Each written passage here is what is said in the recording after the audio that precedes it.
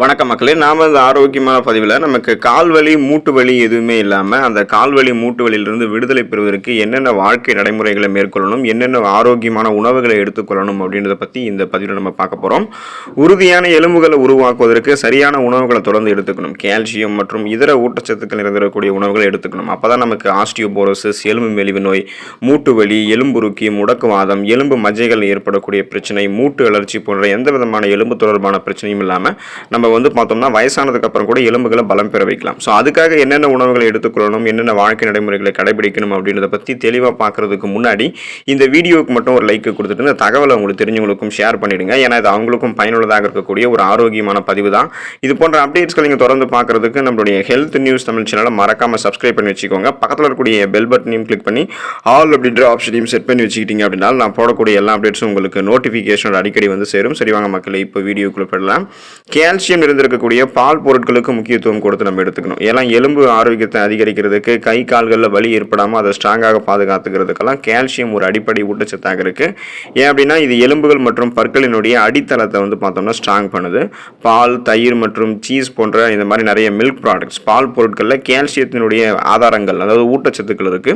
So இந்த பால் மற்றும் பால் பொருட்களில் விட்டமின் B12 இருக்கு. இது எலும்பு பார்த்தோம்னா நமக்கு ஆரோக்கியமாக வைக்கும், எலும்பை உறுதியாக வைக்கிறதுக்கு முக்கியமானது. ஸோ இப்போ நீங்கள் பார்த்தோம் அப்படின்னா லாக்டோஸ் சகிப்புத்தன்மை அற்றவராக அல்லது சைவ உணவு உண்பவராக இருந்தீங்கன்னா பாதாம், சோயா அல்லது ஓட்ஸ் போன்ற செறிவூட்டப்பட்ட தாவர அடிப்படையிலான பால் மாற்றுகளை முயற்சிக்கலாம். அதாவது நீங்கள் பார்த்தோம்னா உங்களுக்கு பால் அலர்ஜின்னு சொல்கிறவங்க நீங்கள் பாதாம் பால், சோயா பால், இந்த மாதிரி ஓட்ஸ் எல்லாம் எடுத்துக்கொள்ளும் போதும் உங்களுக்கு கால்சியம் சத்து கிடைக்கப்பெற்று எலும்புகள் பலமாக இருக்கும்.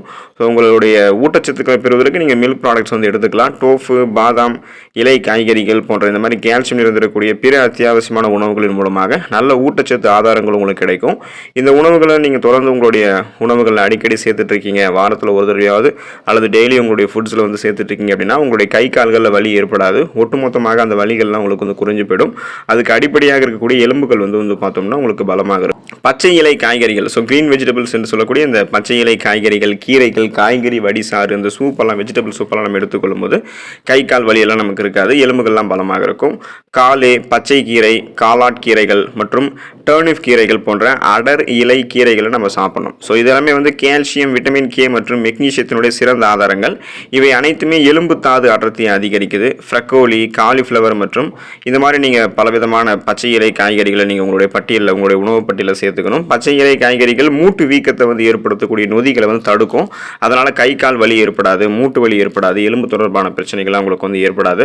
ஸோ ஒட்டுமொத்த நல்வாழ்விற்குமே உங்களுக்கு குறிப்பிடத்தக்க ஊட்டச்சத்துக்களை கொடுத்து மூட்டு வலி, கை கால்கள் ஏற்படக்கூடிய கடுமையான வலி, உடல் வலி போன்றவற்றையெல்லாம் கிரீன் வெஜிடபிள் சரி பண்ணிடும். அதனால் நீங்கள் தினமும் உங்களுடைய உணவுகளில் காய்கறிகளை சேர்த்துக்கணும். காய்கறி வடிசாறு, அந்த வெஜிடபிள் சூப்பெல்லாம் காலை மாலை நேரங்களில் எடுத்துக்கொள்வது உங்களுக்கு ஆரோக்கியம். இதே நீங்கள் கீரைகளை சாப்பிட்றீங்கன்னா வாரத்தில் ஒரு தடவை சுழற்சி அடிப்படையில் ஏதாவது ஒரு கீரைகள் எடுத்துக்கொள்ளும் போது உங்களுடைய கை கால் வலி உங்களுக்கு தீரும். கொழுப்பு நிறைந்திருக்கக்கூடிய மீன் மற்றும் மீன் எண்ணெய்களை அப்பப்போ நம்ம எடுத்துக்கலாம். வாரத்தில் 2 தடவை, அதாவது வாரத்தில் 2 நாட்கள் நம்ம மீன் சாப்பிட்றது நமக்கு ரொம்ப ரொம்ப நல்லது. சால்மன் மீன், காணாங்கெழுத்தி மீன், சார்டின் போன்ற ஒமேகா 3 கொழுப்பு அமிலங்கள் இருந்திருக்கக்கூடிய விட்டமின் D நிறைந்திருக்கக்கூடிய மீன்களை நம்ம எடுத்துக்கலாம். குடலில் கால்சியம் உறிஞ்சுதலுக்கு விட்டமின் D நமக்கு உண்மையாக பார்த்தீங்கன்னா இப்போ நம்மளுடைய உடல் கால்சியம் சத்து உறிஞ்சி நம்மளுடைய எலும்பையும் பலப்படுத்தி கை கால்களில் வலி ஏற்படுவதை சரி பண்ணுறதுக்கு விட்டமின் D சத்து தான் முக்கியம். ஸோ இது பார்த்தோம்னா எலும்பு அடர்த்தியை பராமரிக்கிறதுக்கு இன்றியமையாதது. அதனால் கை கால் வலியில் நமக்கு இருக்காது மீன் சாப்பிடும்போது. மீன் எண்ணெய்களில் காணப்படக்கூடிய ஒமேகா 3 கொழுப்பு அமிலங்கள் அலர்ச்சி எதிர்ப்பு பண்புகளை கொண்டு இருக்கு. இது எடை இழப்பு, எலும்பு முறிவுகளினுடைய அபாயத்தை குறைக்கிறதன் மூலமாக எலும்பு ஆரோக்கியத்தை மேம்படுத்தி கை கால்களில் ஏற்படக்கூடிய வலியையும் நமக்கு சரி பண்ணும். கை கால்களில் வலி ஏற்படாமல் அந்த கை கால்களை உறுதிப்படுத்தும், உடலையும் பலப்படுத்தும். ஸோ குறிப்பாக நம்ம விதைகள் மற்றும் நட்ஸ் நம்ம எடுத்துக்கொள்ளும் போது நம்மளுடைய எலும்புகள் பலம் பெற ஆரம்பிக்கும். குறிப்பாக நம்மளுடைய கை கால் வலியெல்லாம் நமக்கு இருக்காது, ஸ்ட்ராங்காக நம்ம இருப்போம்.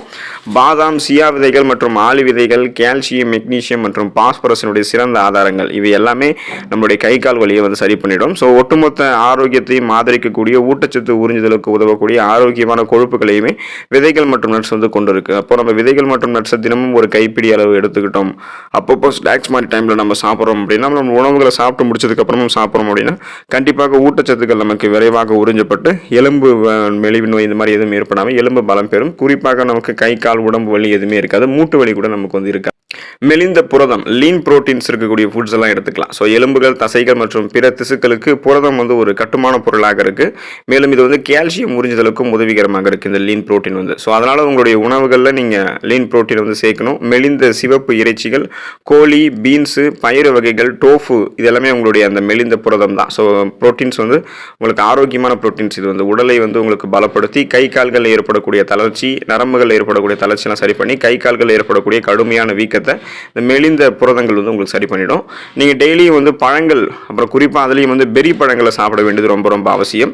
இப்போ விட்டமின் சி என்று சொல்லக்கூடிய உயிர் சத்து அது உங்களுக்கு கிடைக்கும் போது நோய் எதிர்ப்பு சக்தியை நீங்கள் அதிகரிச்சிக்கலாம். அது சருமத்தில் வந்து கோலோஜன் உற்பத்தியை ஏற்படுத்துறது, கோலோஜனை வந்து உற்பத்தி செய்யும். இதனால் நமக்கு வந்து எந்த விதமான சருமம் சார்ந்த பிரச்சனையுமே இருக்காது. ஸோ குறிப்பாக வந்து நம்மளுடைய எலும்பு திசுக்களில் ஒரு முக்கிய காரணியாக இருக்கக்கூடியது விட்டமின் சி தான். ஸோ விட்டமின் சி வந்து ஆஸ்டியோபோரோசிஸ் தடுக்குவதற்கு உதவிகரமாக இருக்கும் அப்படின்றது ஆராய்ச்சிகளில் காட்டுறாங்க. பலவிதமான பழங்கள், சிட்ரஸ் அமிலங்கள் இருந்திருக்கக்கூடிய பழங்கள், முலாம் பழம், கிவி பழம், அன்னாச்சி பழம், பெரி பழம் உள்ளிட்ட இந்த மாதிரி பழங்களில் விட்டமின் தாதுக்கள் நிரம்பி இருக்கு. இது நம்மளுடைய கை கால்கள் வலி ஏற்படுவதை சரி பண்ணிடும். மிகவும் சக்தி வாய்ந்த ஃப்ளவனாய்டுகளில் ஒன்றாக ஆந்தோசைனின் இருக்குது. ஸோ அந்த ஆந்தோசைனின்கள் அதிகமாக இருக்கக்கூடிய ப்ளூபெரி பழத்தை நீங்கள் தொடர்ந்து எடுத்துக்கொள்ள பாருங்கள். ஸோ வாரத்தில் ஒரு தடவையாவது ப்ளூபெரி பழத்தை உங்களுடைய உணவுகளில் நீங்கள் பழங்களோட சேர்த்து சாப்பிட்டீங்க அப்படின்னா உங்களுடைய நரம்புகள் பலம் பெறும். குறிப்பாக நிறைய ஊட்டச்சத்துக்கள் கிடைச்சி கை கால்கள் ஏற்படக்கூடிய வலி, அந்த கை கால்கள் ஏற்படக்கூடிய தளர்ச்சியெல்லாம் சரி பண்ணிவிட்டு உங்களுடைய உடலை வலுப்படுத்தி கொள்ளலாம். முட்டைகள் நம்ம எடுத்துக்கொள்ள வேண்டியது ரொம்ப ரொம்ப அவசியம். ஸோ முட்டை நம்ம வந்து எந்த விதத்திலும் எடுத்துக்கொள்வது ஆரோக்கியம் அப்படின்ட்டு எல்லா விதத்திலையும் அதை நம்ம எடுத்துக்கொள்ளக்கூடாது. நீராவியில் வேக வைத்து அவித்த முட்டைகளை நம்ம தினமும் ஒரு முட்டை அல்லது காலை மதிய உணவுகளில் ஒரு முட்டை நம்ம சேர்த்துக்கொள்வது நமக்கு ரொம்ப ரொம்ப நல்லது. ஸோ இந்த முட்டை தான் நமக்கு ஆரோக்கியமானது. ஸோ மற்ற இங்கே ஆம்லெட், ஆஃப் ஆயில் போன்ற வடிவங்களில் முட்டை எடுத்துக்கொள்வது, பொடி மாஸ் போன்ற எண்ணெயில் வறுத்து பொரித்த உணவுகளோட முட்டை எடுத்துக்கொள்வது இது எதுவுமே உங்களுக்கு வந்து நல்லது கிடையாது. இது உங்களுடைய உடல் நலத்திற்கு தீங்கு விளைவிக்கும். ஸோ அதனால் நீங்கள் முட்டை எடுத்துக்கொள்ளும் போது உங்களுடைய உடல் பலம் பெறும் அப்படின்றதுக்காக நீங்கள் தேவையில்லாமல் வந்து பார்த்தோம்னா எல்லா வடிவங்களுமே முட்டை எடுத்துக்கொள்வது தவிர்த்துருங்க. முழு தானியங்கள் நம்ம வந்து உடலை பலம் பெறுவதற்கு எடுத்துக்கொள்ள வேண்டியது அவசியம். முழு தானியங்களான வார்கோதுமை என்று சொல்லக்கூடிய பார்லி, குயினோவா, பழுப்பு அரிசி, ஓட்ஸ் மற்றும் முழு கோதுமை ரொட்டி போன்ற ஆரோக்கியமான முழு தானியங்களை நீங்கள் எடுத்துக்கொள்ளும் போது உங்களுடைய உடல் வந்து பலம் பெற ஆரம்பிக்கும். ஸோ இந்த முழு தானியங்கள் உங்களுடைய கை கால்களில் ஏற்படக்கூடிய வலி, மூட்டு வலி, உடலில் ஏற்படக்கூடிய இன்னும் பிற பகுதிகளில் ஏற்படக்கூடிய வலி எல்லாத்தையுமே உங்களுக்கு வந்து முழு தானியங்கள் சரி பண்ணிடும். ஏன்னா இதில் வந்து பார்த்தோம் அப்படின்னா உங்களுக்கு நிறைய ஊட்டச்சத்துக்கள் இருக்குது. இது மற்ற உணவுகளை போல கிடையாது. பாஸ்தா, பதப்படுத்தப்பட்ட ரொட்டி போன்ற மற்ற வகை கார்போஹைட்ரேட்டுகள் அதிகமாக இருக்கக்கூடிய உணவுகளை போல இது கிடையாது. இது கூடுதலாக உங்களுடைய உடல் வலியையும் சரி பண்ணும். பிளட்டில் வந்து சுகருடைய அளவு வந்து உங்களுக்கு வந்து கண்ட்ரோல் ஆக வைக்கும். ஸோ அதனால் நீங்கள் எடுத்துக்கலாம். ஆலிவ் ஆயில் வந்து எடுத்துக்கலாம். ஆலிவ் ஆயிலில் வந்து பார்த்தோம் அப்படின்னா தீங்கு விளைவிக்கக்கூடிய கெட்ட கொழுப்புகளை குறைக்கக்கூடிய சக்தி இருக்குது. ஸோ ஆலிவ் ஆயில் இருக்கக்கூடியது நல்ல கொழுப்பு சத்துக்கள். இதனால் உங்களுக்கு வந்து பார்த்தோம்னா அந்த கொழுப்பு சத்துக்கள்லாம் வந்து குறையும், கொலஸ்ட்ரால் குறையும், உடல் வந்து போதுமான அளவு எடையில் வந்து பார்த்தோம்னா நீங்கள் கரெக்டாக மெயின்டைன் பண்ணிக்கலாம். அதனாலே உங்களுடைய எலும்புகள் பலம் பெறும். கை கால்களில் வந்து எந்த விதமான தளர்ச்சியும் ஏற்படாது. ஏன்னா உங்களுக்கு விட்டமின் டி என்று சொல்லக்கூடிய சத்து, கால்சியம் சத்து எல்லாமே உங்களுக்கு வந்து பார்த்தோம்னா ஆலிவ் ஆயில் இருக்குது. குறிப்பாக ஆலிவ் ஆயில் வந்து ஒமேகா 3 கொழுப்பு அமிலங்கள் இருக்குது. ஸோ இது எல்லாமே ஹெல்த்தியான ஒரு ஆயில் அப்படின்றதால அப்பப்போ நீங்கள் உங்களுடைய சமையலில் வந்து ஆலிவ் ஆயில் வந்து பயன்படுத்தலாம்.